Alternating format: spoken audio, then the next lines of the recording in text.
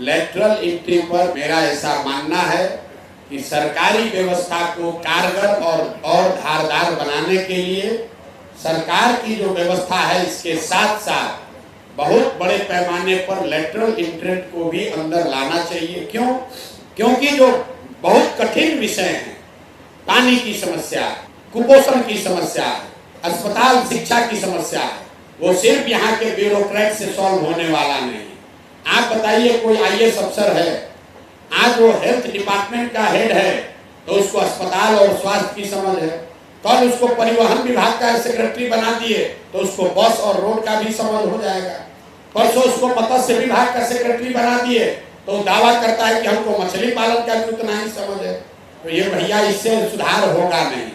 इसलिए जो सरकार की एडमिनिस्ट्रेशन और प्रशासनिक व्यवस्था है वो रहनी चाहिए, लेकिन उन विषय के विशेषज्ञों को जब तक साथ में नहीं जोड़ा जाएगा तब तक कोई आगे का बड़ा रास्ता नहीं बनाया जा सकता है। इस देश में आजादी के बाद जो 5-6 बड़े काम हुए, एटॉमिक एनर्जी का काम हुआ, उसको किसी आईएएस ने नहीं किया, उसको विक्रम साराभाई और होमी भाभा ने किया। वो लेटरल एंट्री थे। इस देश में मिसाइल के दिशा में जो काम हुआ उसको अब्दुल कलाम ने किया। वो कोई आईएएस अफसर नहीं थे, वो एटॉमिक डिपार्टमेंट के सेक्रेटरी नहीं थे। इस देश में ग्रीन रेवोल्यूशन लाने का श्रेय स्वामीनाथन जी को दिया गया। स्वामीनाथन जी एग्रीकल्चर डिपार्टमेंट के प्रिंसिपल सेक्रेटरी आईएएस नहीं थे। इस देश में डेयरी का काम, व्हाइट रेवोल्यूशन, प्रोफेसर कुरियन ने किया। कुरियन कोई आईएएस नहीं थे, लेटरल एंट्री थे। देश में टेलीफोन की क्रांति का श्रेय बहुत हद तक सैम पित्रोदा को दिया जाता है। Sam Pitroda DOT, department of telecommunication के सेक्रेटरी नहीं थे, लेटरल एंट्री थे।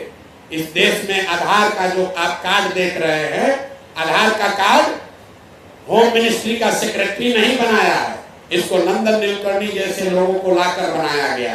ये आपको क्या दिखाता है?